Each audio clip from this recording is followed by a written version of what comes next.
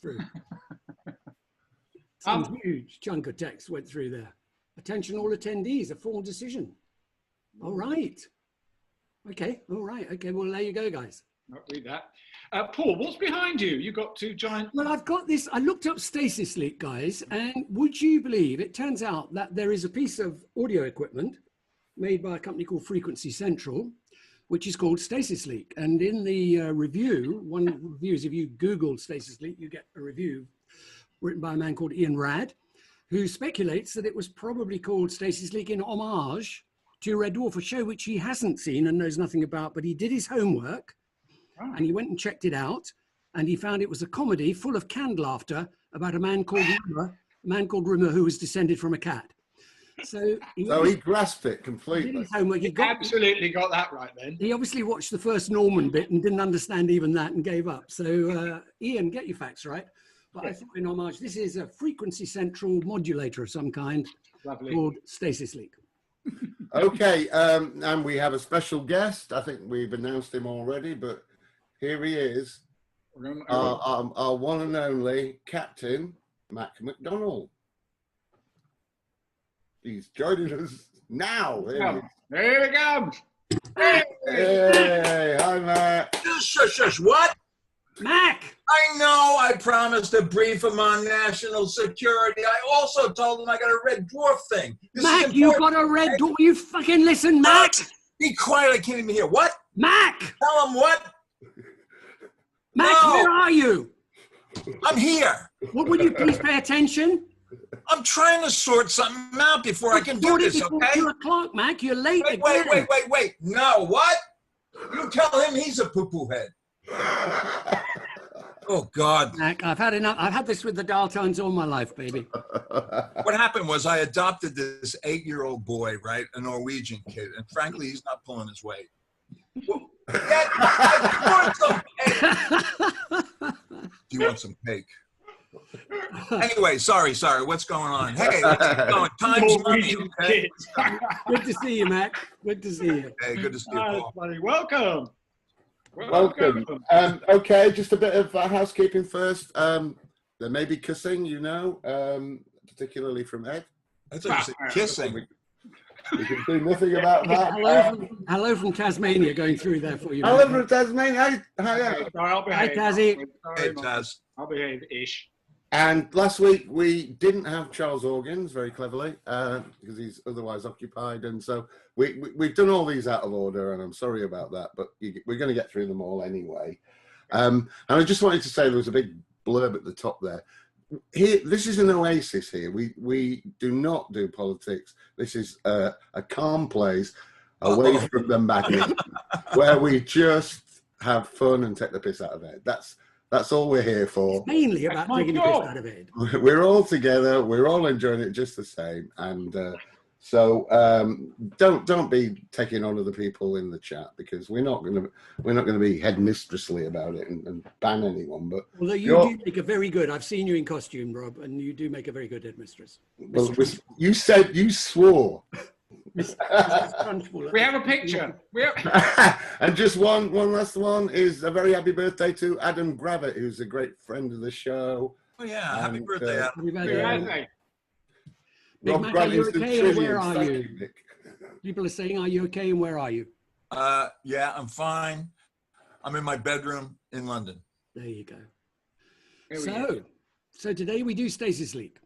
Yeah. Heck of a show.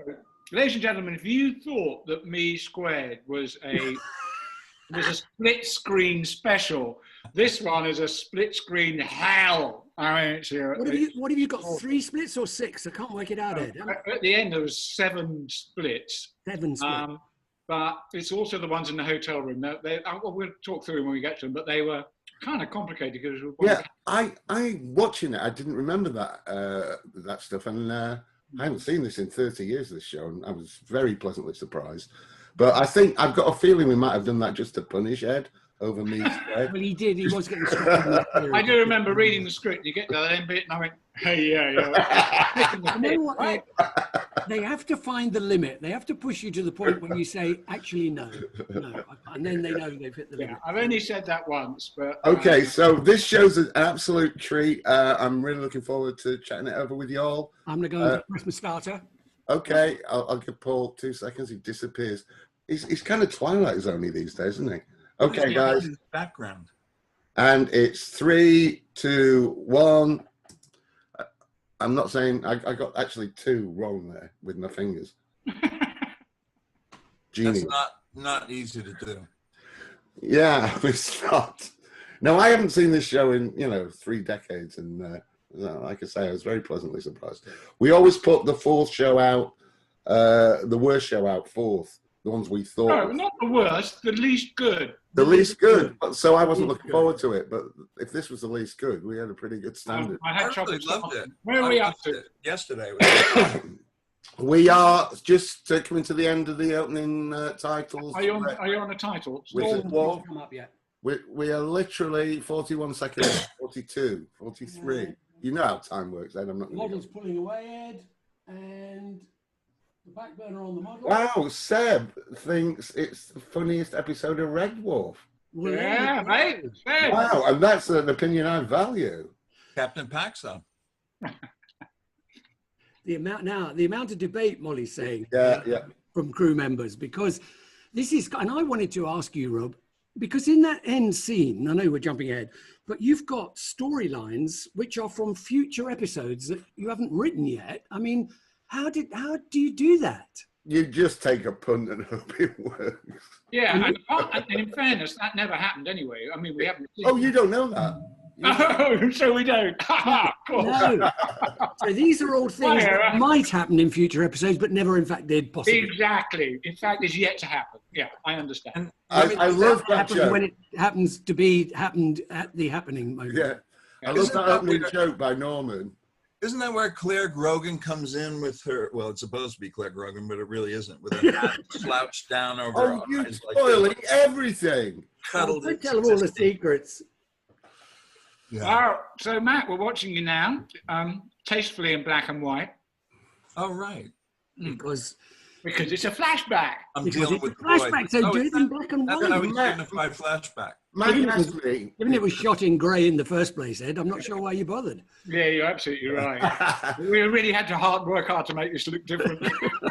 I shouldn't think it registered in black and white, did it? Mac asked me yesterday why the captain was called Hollister, because it's kind of a conflation of Holly and Lister. And I honestly, you must get asked it a lot, yeah? I have no idea. The original idea was that we were going to cast someone absolutely huge as the captain and then kill them off halfway through. So, Mac, you were second choice to Sean Connery. Oh, I see. You mean huge like in famous, not huge like in big fat Mac. No, like Sean Connery huge. So I get you. it's a compliment, man. Anyway, you still got your blonde hair, you bastard. Yeah, well, it's locked down. Some of us have kept our hair, Ed, Thanks, guys. There's a lot of bleach around. Yeah, in the book, the captain was called Kirk. She was a she, and in the American version, it was a woman called Tao. Like we had nothing to do with that naming, but yeah. So I don't know why we call him Hollister. It seems very ill-considered. Good reaction, Mac, at the end of when he said to you, "Stick your head up your ass." Nice reaction. Just wanted to say it. I did ask Doug at one point. And what did he say? I asked Doug at one point about the Hollister thing, and he told me what the deal was. And this is all like about 12 years ago or something. And I really can't remember what he said, but there was something between Holly and Lister, some amalgamation that happened either unconsciously or consciously. And I think it's probably unconsciously. I think it's unconscious because Rob doesn't remember it. So yeah. So, ladies and gentlemen, when they were at the drinks machine and the other rimmer goes past, to avoid yet another split screen, that was actually somebody else pretending to be Chris dressed up. But this is all, about 2/3 of this is in split screen, Ed, isn't it, of this episode? I mean, it's all coming up now. I mean, I'm not sure I'm quite the right place as everybody else, but his head's just coming out of the desk. Yeah. And it gets worse from here in the amount of split screens we have to do. Scott Hill is asking, was it always our intention to bring back other cast members? And I think it was at the beginning, because we thought, you know, we basically got 2 people who can actually talk to each other. Well, So, I remember conversations after we'd done that first episode where we were, well, hang on, we've got no other characters, and it's kind of integral to the plot that we got no other characters. And you said from the very beginning, no, but we'll do flashbacks. Yeah. And also, Mac just came in and killed it, and we said we got to have Mac back. We got to have Mac back with that. Yeah. Shucks. Which episode was it where we killed you, Mac? Flashback to I see. A flashback. I think it was in series 2, wasn't it? Me squared. Me squared. That's it. Yeah. Flashback. Series 1, the end of series 1. No, Rob, where we threw about 8 tons of rubbish straight in front of I remember that, and that was one of those ones that were like 8 retakes or something too, because it's flying all over the place. As an actor, you surely must have realised whenever there's dirt and filth flying, there's several retakes involved. Yeah, absolutely. Always shoot it 4 times. Rob, so this time, after last week's revelation, did you actually have an ending in mind, or did you just go berserk when you got to the end of the 30 pages? Or? No, this week we sort of, it sort of evolved. It's, you know, it's a temporal farce, and it's kind of all you can do is just get it complicated, screwball it up, is what we do. Yeah. Just go one more on top, right? Yeah. So that's false beard. I have to say, I didn't remember the ending, and I thought, yeah, that's pretty good. I wasn't expecting. I didn't remember that it was a 6-7-way split. I have to say, I knew there was the future and the past, but there's one final shot. I couldn't resist it. I think they threw down the gauntlet. I might as well do it. Well, I told you before, Ed, I did that 5-way with Jennifer on Happy Families, but that was on film, masking out. An interesting question for Mac from the audio. Sorry, I've cancelled your name out. Have you ever been in a movie where you didn't get killed? Oh. Ben. I've been in lots where I did. Sometimes I made it through half of the movie, and I made it to the end in a bunch too. Rosie's asking how it compares with Star Wars and Aliens. You're the master of the sci-fi comedies. How does it compare? What, Red Dwarf? Yeah. Oh man, no comparison whatsoever. And I'll leave apparently you survived Batman and you survived Superman 4. That's true. No comparison in what way, Mac? Just as a working experience? No, seriously. I mean, Red Dwarf is way funnier than either of those. Good man. You said the right thing at the right place. I think Aliens got a lot of good gags in it. Also, a little note, Star Wars was mentioned. I'm not in it. I did a convention one time, and I thought I was going to represent Red Dwarf and sign some books and stuff. And I get there, and I see a big poster behind my chair which says, Star Wars, McDonald. I wasn't in it, right? But it was on my IMDb. Maybe your agent was doing a little bit of, you know. The best thing was that it had a picture of me. And I swear to God, I was looking at the picture going, is that me? I couldn't have forgotten being in Star Wars, right? I look exactly like this dude, and that's why they thought I was in it. Oh, really? He's one of the pilots that attacks the Death Star. Take the kudos, Mac. Nobody will know. Only these 250 We're people. up to the lift attendant, Morwenna Banks, the wonderful Morwenna Banks. Oh, I love that. Yeah. Great talent. So, Mac, were you the only person who's in Star Wars who forgot he was in Star Wars? I could say. It was those years when that stuff did happen. All right. The trip to Weird City or whatever it is. Yeah. Yeah, lovely little cameo from Morwenna there. So here we have the stasis leak, a green light, ladies and gentlemen, and yet again a soft split screen in this. There it is. I don't know if we're at the same place, but they're trying to get through stasis leak on mine. And you constructed the shower. Cut to the showers at BBC. You're about 10 seconds ahead. I was just going to ask, Ed, where are the showers? BBC Manchester. We're just up to the stasis leak soft wipe. Well, catch up, will you, for God's sake? I mean, you turn up late, you run your VT late. Me and Ed are trying to get this finished. Now, that's a fade there. Disappointing. Why not a wipe?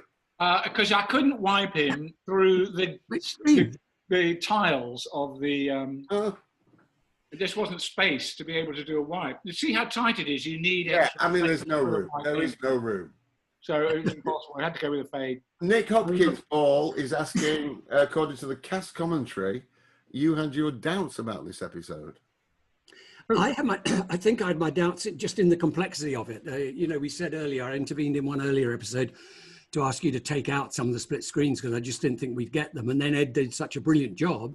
Yeah, thank you, Paul. And checks on this. No, you weren't good, Ed. True life. You pushed it further forward. And this time again, I think I said to you, we cannot do 7 fucking split screens. Having had the most horrendous day of my directing career, doing 5 with Jennifer on a film camera the summer before. I guess that's what drove us on. You seeing what Ed could do and then pushing it. No, that's right. That's right. You see, there was one time in season 6 where Janet Street Poetry was in charge at the BBC of that slot. Called our agent into her office and said, with the script of Gunman of the Apocalypse, said the boys have gone too far this time. And he said, well, that's interesting because we shot it 2 days ago. She was saying it was unshootable rather than that it would. Well, Janet would know. She's good on comedy. And apparently, as well, Joe Sharples pointed out last week, one of the original titles of Gunmen of the Apocalypse was at High Midnight. You know, the high noon thing, Yeah. Very good. Now, this is where we lowered the lights so much in the bunks to try and indicate it was night that they had to turn on their own lights to illuminate themselves. I think it's the first time we did that. It makes it look better. Kind of nouveau, isn't it? Or film noir? Yeah. And these are the two shots that I'm deeply fond of. I wish I could see this. I just tried to pull it up, right? And then I realized it's all going to be coming out of my speaker as well. Max running blind. He watched it before we went on air, but he's not actually following with us. Oh, well, don't worry, Matt. You're not in this bit. You're off at the moment, Max. I really wouldn't bother. I'll be back in about a half hour. I'll let you know when you're in it. Never mind, I got stuff I can be doing here. I've been rearranging issues all once again, I have to say, I think the boys, all of them are really good in this. They really, when Craig doesn't go for the laughs when he's miserable in the corridor, but it's a funny speech and he gets them, but he keeps the mood. It's really clever acting. Yeah. So later on in this episode, I need to ask Mac about his costume. No, I'm going to ask now. I don't think, will I ruin it if I'm, no. So later on, Mac, you turn up in a chicken costume. Oh, yeah. I just wanted to know whether it's the most ridiculous costume you've ever had to wear in your professional career, or is there something slightly stupider than that? No, that's it. That was it, definitely. I was a tomato at some point in a commercial, but that doesn't compare with that chicken. No. And also with that chicken, in order for it to work really well, I'm sorry I'm talking ahead of the game again, but I do remember saying to you, would you mind tipping your head down so you look more like a chicken? And actually looking back at it, because when you look in the mirror, it does look like... His head's right down, you can't see his face at all. Yeah. And I was aware at the time of thinking, that's really a difficult and hopeless direction because there's no motivation for you to suddenly look at your feet, but you did it anyway. So thank you. Yeah. And it does in the mirror, it just looks like a chicken, such as you would see, I'm told, if you ever took hallucinatory drugs. Yeah, so I'm told. But that led to a big mishap when, well, we'll talk about it. Let's talk about it when we get there so you can see the thing happen. We're being asked who sewed the Home Sweet Home on Rimmer's pajamas. Presumably Jackie Pink, somewhere on probably Jackie Pink. You can see the set dressers and the Cosy people are having fun with this now. You know, the set dressing changes behind them all the time and they're getting into it. It's really good. That's what's so lovely. We were so lucky to have these teams on all these shows we did in the 80s who just, everybody wanted to add a little something and put their joke in, and it just makes the whole thing richer, doesn't it? And also bringing the lights down in the sleeping quarters like this allowed the stars in the window to become more visible. I noticed in this episode, you know, normally you can only see 3, but there's quite a few. Now, I think this music cue is really good. I think this is one I really like. Yeah. Are you with us or ahead of us now? I'm watching a model shot. No, we're not at a model yet. Just press pause for a minute. You're about a minute out. Wow. Here, the model shot started. Right, I'm on the model shot. So we're pretty together. Okay, I'll pause. The music. Tell me when the cat walks in. Okay. Music's good though in that sequence. Is that another? There's some bespoke music. There you go. Oh no, the cat's not in yet. Oh, And now. Got it. What? There's Am I going to get pencils? What's happening? I can't even be bothered to waste a good pencil on this incompetence, to be honest. Explain to me where we are. Every time. That is bad. That is bad. I feel bad now. Oh, you're still driving people crazy with that banana reveal, Ed. I know. The bloody banana. What was the We banana? couldn't move. Just to explain, Mac, in the sleeping quarters, there's an inflatable banana, and it moved all the time. It just floated around in the background and driving me mad. And this is the thing would jump about. it's the ideal thing to have in a split screen situation, obviously. Yeah, of course. And this is the first time we've got Holly on a watch. So Yeah. lovely being in pocket gags. Which allows you about 15 being in the pocket gags, yeah. This is an Apple Watch. Yeah, It is yeah, an I've got Apple it Watch. now. What, 20 years before its time? Oh, easy. But really, the only purpose of it there is for you to do lots of knob gags when it goes in his pocket. I mean, that's the whole Oh point. no, it was a licorice all sort gag. Yeah. I was Yeah. expecting a knob gag, but it was licorice. And by the way, can I be the first one to point out that you shamelessly, in this episode, used the 6,000 IQ, not for a PE teacher this time, who is it, for a car park car warden. I mean, seriously, shameless plagiarizing of your own work. Now, the naked man who appeared naked. Switcheroo, Paul. Naked. Yes, who is the naked man? Ed? He was a guy Ed used to keep in his room. He came to visit me at the Britannia Hotel. I said, no, go back to Rob's room. He was provided by reception at the Britannia Hotel. He wasn't, folks, just in case anybody knows him and is in it. He was He's a really nice guy. And also, you know, everyone's always slightly embarrassed about nude scenes and, you know, who should be there and who shouldn't. And, yeah, it's much more strict now. I seem to remember when the cat says, "Don't worry, bud, it's personality that counts." When he walked away, there was a line, "He had such a small personality." I don't know if we put that or not. he was fine with it, Ed. He was not uncomfortable at all, yeah? No, he's really, I mean, you know, there are some people who sort of go, yes, I'm prepared to do this, you know, just tell me what to do, let's do it, let's get on with it. I mean, he was really nice and really made the whole thing doable as opposed to being awkward and difficult. It can be so awkward if people are just, because, you know, actors will say yes when you're at contract stage, and then actually it's so horrible if they are embarrassed. It's. Have you appeared naked on screen, Mac? Ed By wanted to ask. Yes, I have. Ian, come on, guys. Draw a veil over that, please. No, I think people are going to download it. What is it in that? It's in a thing called Fellow Traveler, I think. And it was like a long time ago, like about 30 years ago or something. And I played a G-man. When you had something to show. I played a G-man, and it was in a dream sequence.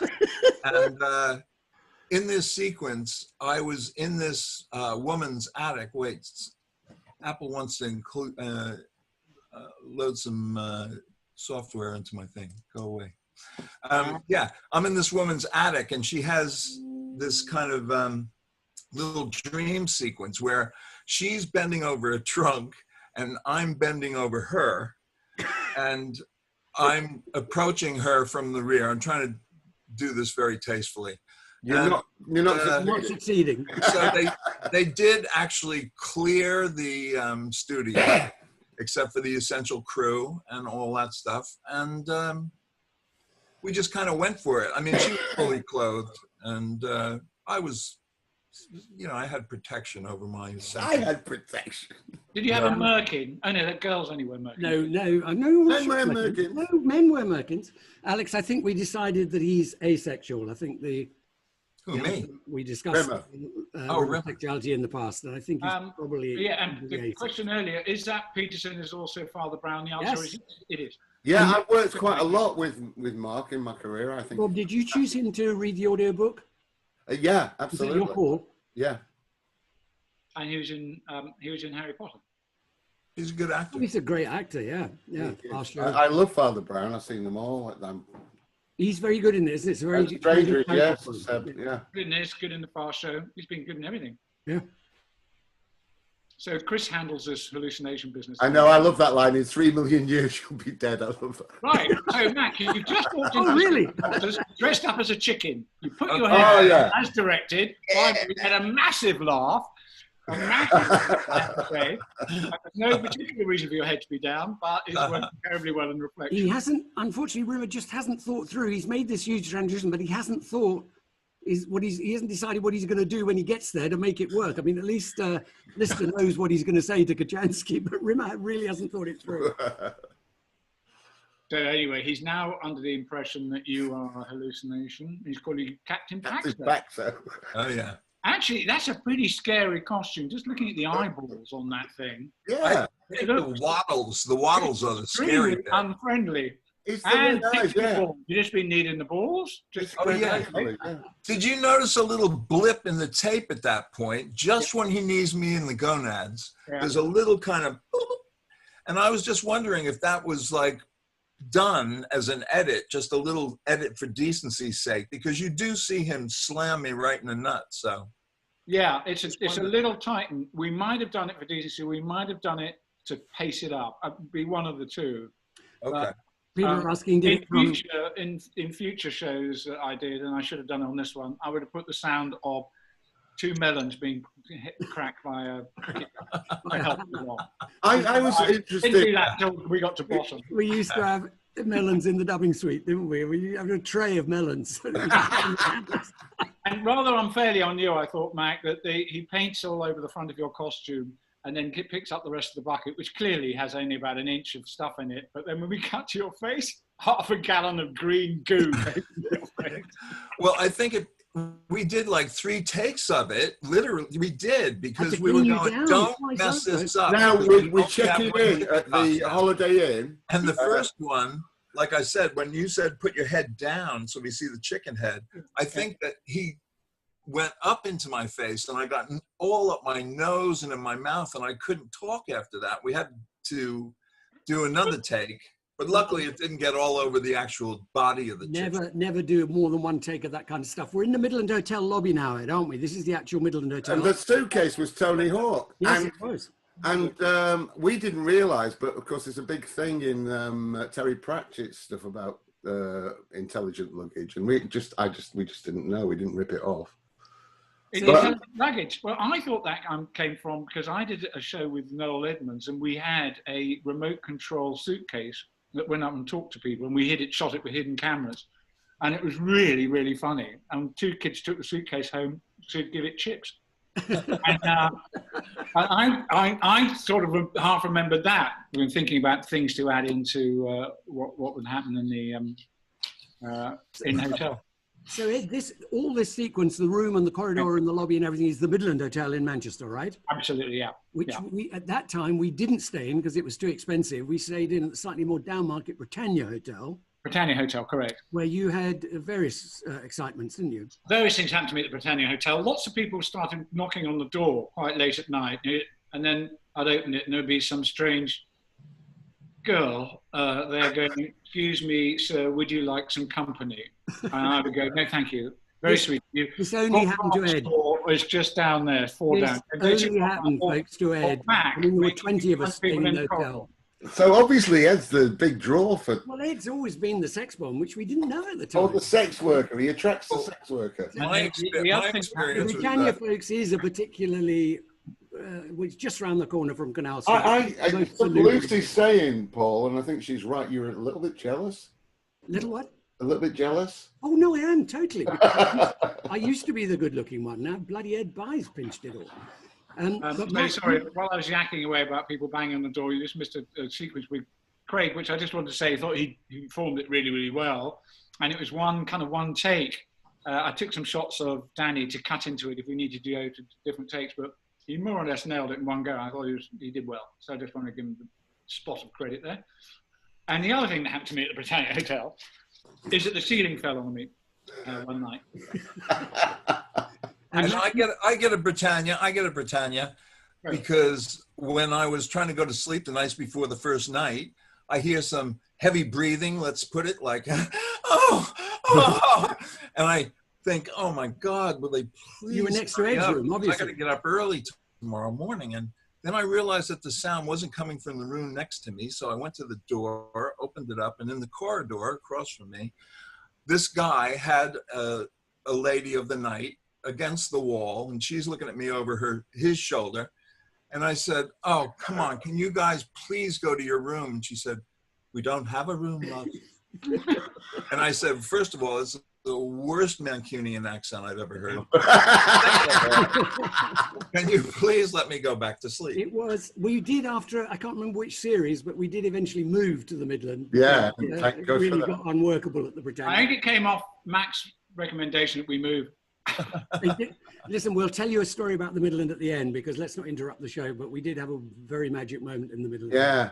This, again... So this is quite a difficult sequence, because we're shooting this with one camera.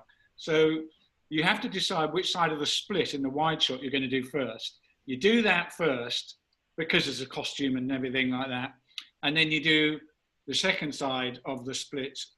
And then you do the singles. And then you have to go to the other side of the split and start with the singles and go wide, because you can't move the camera. I mean, so it's really complicated. I haven't explained that very well, but it is, you really have to map it out in your head how you're going to shoot these shots, particularly like this one here, where Craig's opening the door and Craig's on the other side.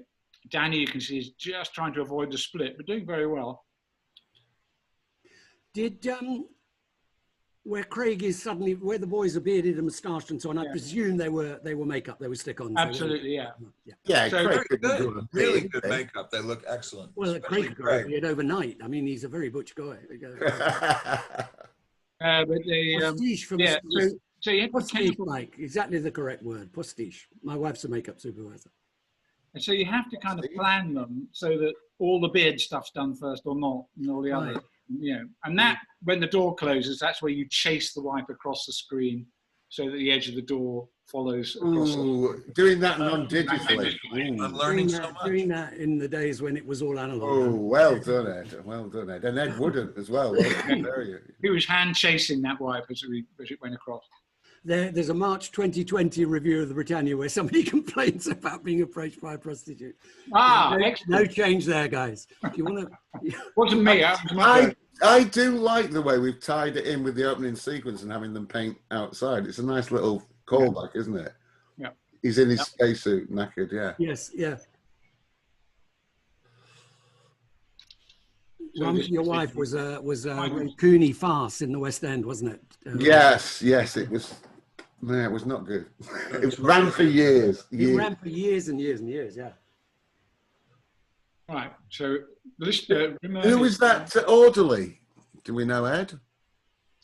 He was a friend of an actor and a friend of our production manager, Mike Agnew, who's a friend of his, but I simply can't remember his name. Apologies for that. You'll get it on the credits in a moment. So now we've got one split. Now we got a rimmer head. I wonder if in that previous shot I didn't put his head in. Is his head there? Oh, yes, it is. Yeah, so that's a three-way split there. You've got a head on the table, him at the thing. In come the other two, Lister and Kachansky. So now when we cut wide. And as Mac pointed out, that is Donna Di Stefano, isn't it? Oh, yes, that's right. It's Donna. She was shooting, right? Claire was shooting. You're absolutely right. Absolutely Donna playing, wonderful Donna. Shout out to Donna if anybody knows her. Yeah, Donna. Lovely, lovely lady. Lovely lady. And this shot coming up. Oh, somebody works with Donna at the BBC in Salford now, Helen Brown. She's still at the BBC. Hey, tell her about this. And oh, you're right, Paul. It's only five splits in that one. Yeah, come on. I knew you were calling it on me because you knew that I did a 5 split on Happy You and I do a 5 split. You were I'll 5 split. We'll share it. Yeah, the 5 split record, man. And yours was on film, which makes it much more difficult because mine was on film, which is more difficult. Mac, Chris wants to know, did you use a nut double for the unfortunate gonad sequence? Oh, no, I do all my own stunts when it comes to getting kicked in the balls. I insist on it. and excuse me, and Paul 5 split by as well. brackets on film, exclamation. Danny. What happened? Head fair job by, I think is good enough for him. I think it's right. Yeah, lovely. Donna's still working at the Beeb. That is so lovely to hear. Please give him my love, whoever that was who said Yeah. So Mike Agnew took over in season 2. That was not my recollection. I thought Mike ran 2 and 3. Production manager on 2 and 3. Yeah. And where did you pick him up from, Paul? He was a theatre guy. He was he ran Rowan's theatre shows quite often. In fact, he took Rowan all around Australia, and he drove an Arctic truck with all Rowan sets from Adelaide to Perth, which is right across the Nullarbor, one straight road for about 3,000 kilometres. Oh my God! Quite a dangerous thing to do, but he was a good guy. If you could do that, you could do this. Yes, exactly. If you could do that, you do this. He was, yeah, I knew him through Noel Gay, really, because Noel Gay were Rowan's agents, and he'd done a lot of theatre for them. Hey, a shout out to Adelaide, yeah. Rowan in Adelaide, left to drive. Well, he flew on a plane. Mike had to drive the set. Hang on. I had a happy birthday there. Lost it now. It's so. Thanks. So, Mac, doing anything you could plug? Just hanging around, doing some writing. Right. It's my thing. Yeah.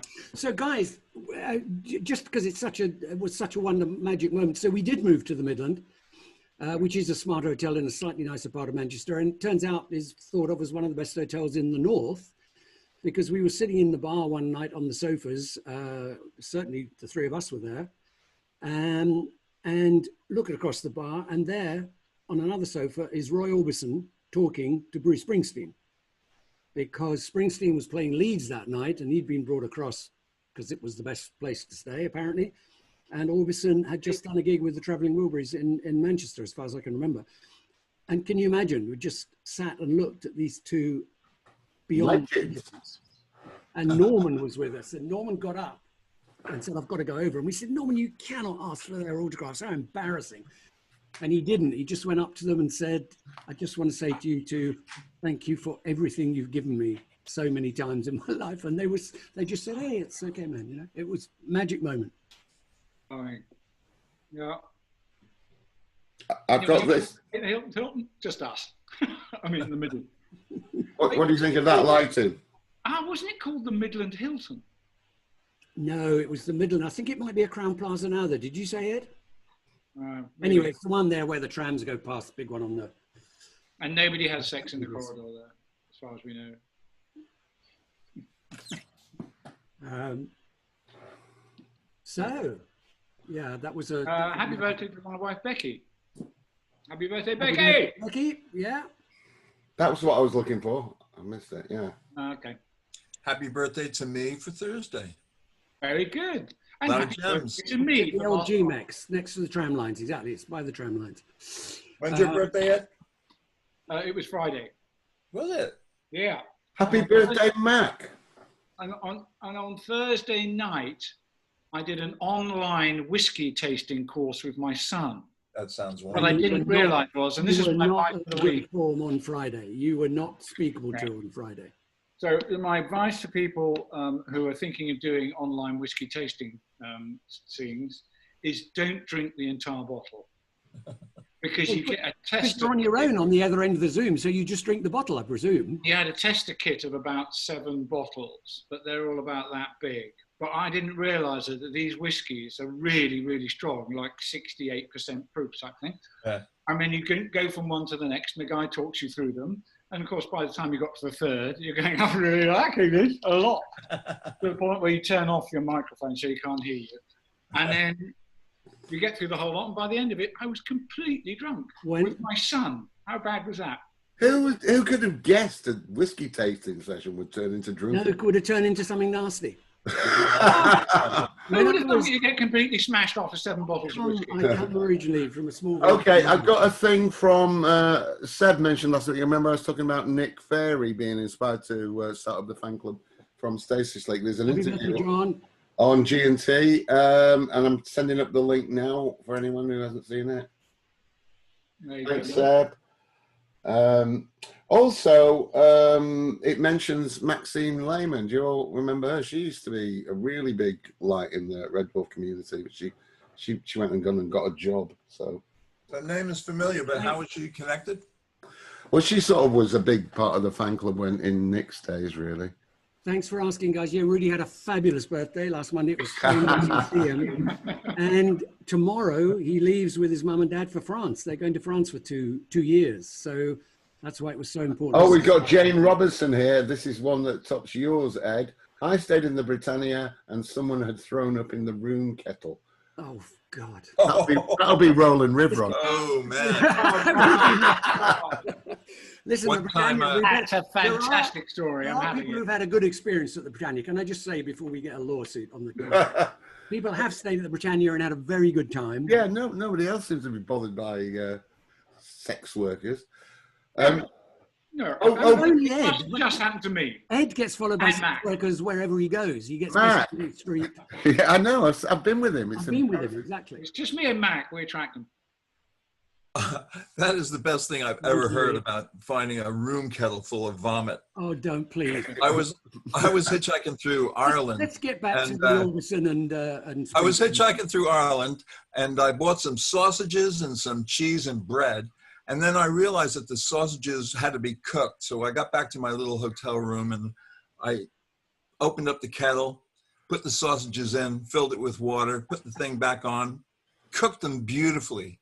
But it was absolutely disgustingly filled with fat and sausage bits and all that. And to my discredit, I just left it. Yeah. Oh, man. But I do have a couple of those sausages here. Hang on. I don't drink whiskey because when I come from a small village in Wales and I started all my drinking in Wales. And I read this article about Richard Burton when he went back to his home village. He used to drink a Welshman's pint, which is a pint of beer with a whiskey in the top of the pint. And I thought, that's the business. I'm about 16, right? So I went out this night in the pub in Caersus and drank maybe 3 or 4 or 5 of those. Because, I mean, we used to drink beer at the rate of 10, 12 a night. But I had the whiskey. I was only 16. I got alcoholic poisoning. Oh. In bed for 3 days. My parents were so angry with me, didn't let me go out in Caersus again. I don't blame Very them. long time. And I can't even smell whiskey.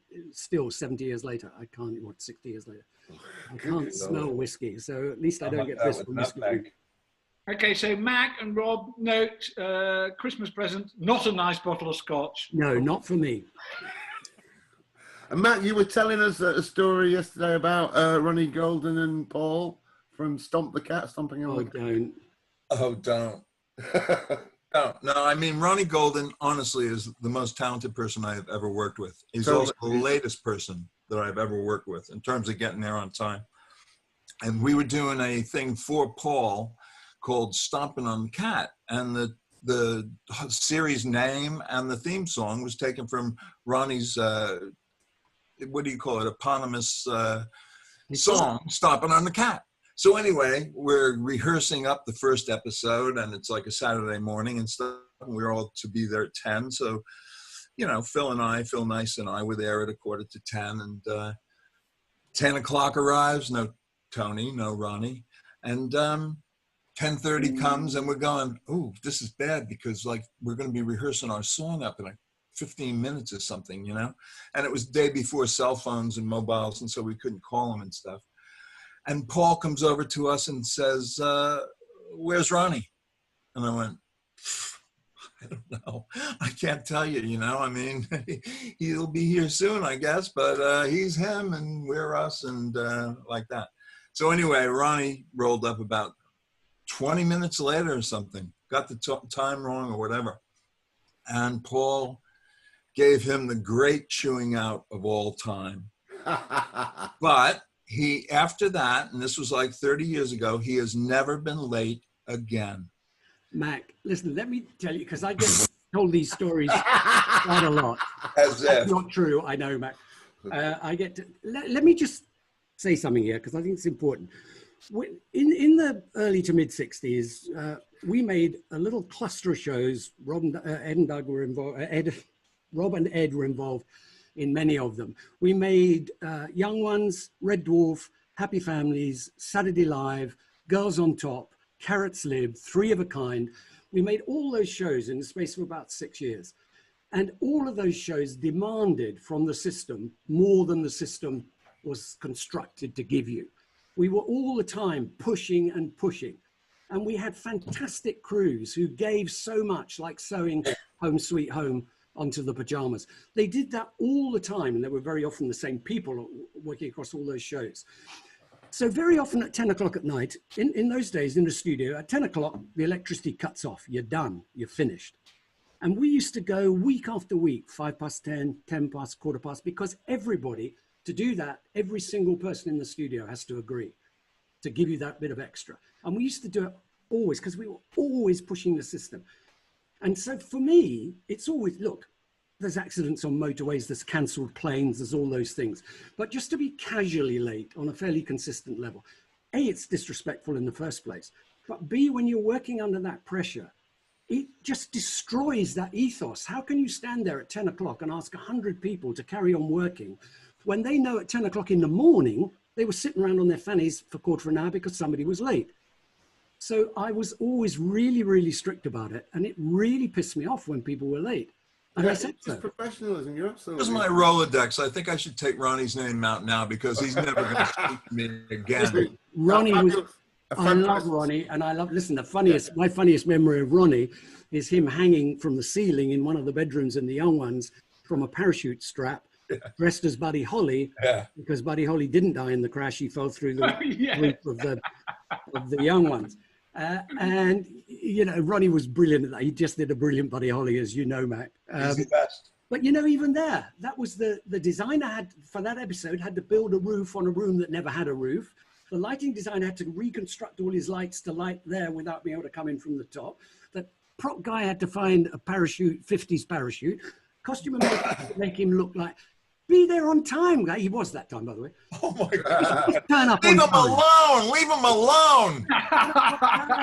Frank I wish I Sinatra could jump through the screen and grab you and jump the life out of you. Frank Sinatra said, if you're on time, you're late. Well, yeah, and there's another thing, by the way. In the theatre, if a show starts at 7:30 in the theatre, they call beginners at 25 past 7. When they say to you in the theatre, be in at the half, they mean 5 to 7. Because for my money, if you're called at 10 o'clock and you arrive at 10 o'clock, you're late. Yeah, you need to get there at 10 to, take your coat off, have a coffee, go to the loo. And it just is not fair on everybody else who's giving their all. Very good. There you go, everybody. There's a lesson for you. Look, I'm sorry, but I know I get accused of it, and I wouldn't be able to get away with it nowadays. Let's be honest, guys. You can't do that. Oh, that's it. You were accused of being late, and now you hate late people. Now we see. I know. I was never. I say I have been late in my life, but I try not to be. Okay, there's I don't know if you've probably all seen it, but there's this. I'm going to share the page with you and then give you the link. Swifto, you missed the whole fucking thing, and it's your fucking fault for being fucking late, and don't do it. There is this start thing where they're trying to get. Oh yeah. This.